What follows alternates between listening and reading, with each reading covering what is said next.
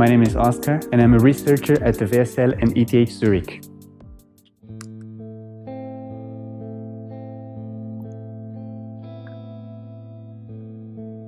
I believe that we are witnessing a mass extinction, meaning that there is a quick global decrease in diversity of life forms. I also believe that we humans are in great part responsible for that. In order to coexist with other life forms in a more harmonic way, we still need to understand how the game of life is played.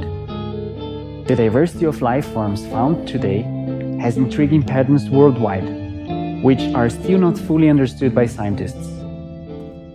A few questions that occupy my research group colleagues and the entire scientific community are: why do we have so many species in some places and so little in others? Why do some families have a higher diversity than others? What might be the long-term consequences of climate change? And how can we minimize its negative effects? Every species have a particular distribution, and the sum of the species at a given place and time is one way of defining what we call biodiversity. Biodiversity, as we observe today, was not always the same. We know that it has changed over time and space as a result of different interacting processes, such as geological, climatological, biological, and even astronomic, just to name a few. You can grasp now the complexity of these interactions. And to make it even more difficult, the enormous amount of information grows every day. Most of our scientific knowledge tends to progress in a fragmented way, meaning that each discipline focuses more and more into specific topics.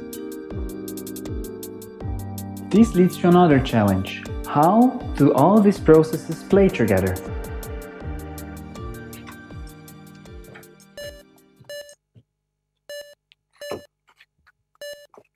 My research group and I are trying to have a better glimpse of how these factors interplay and result in past, present, and maybe future biodiversity patterns. To achieve this, we work building models that simulate complex interactions.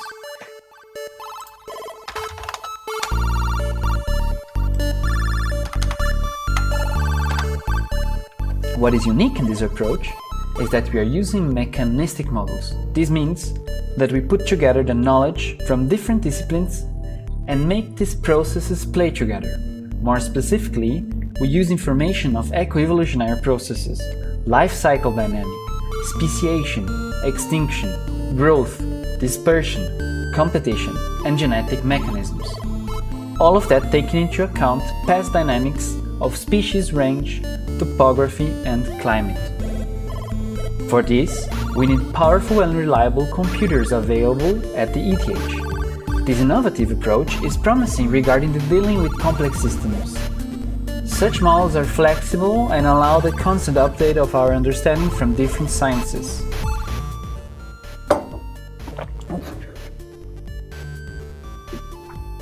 The ultimate goal is to advance our scientific knowledge and to see how biodiversity patterns are formed and changed.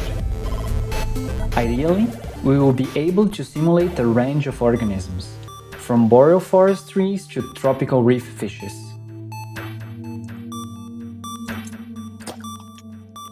If we are successful in matching past and present biodiversity patterns, we could even predict some of the long-term effects of climate change.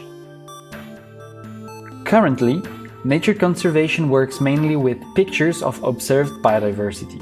However, nature is dynamic, therefore more like a movie than a picture.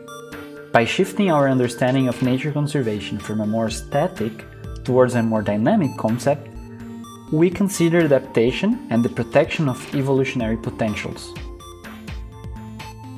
Doing so, we would better visualize the consequences of the choices we make today, and based on solid knowledge, shape a future that minimize our impact towards other living beings, or even ourselves if you prefer a less romantic story.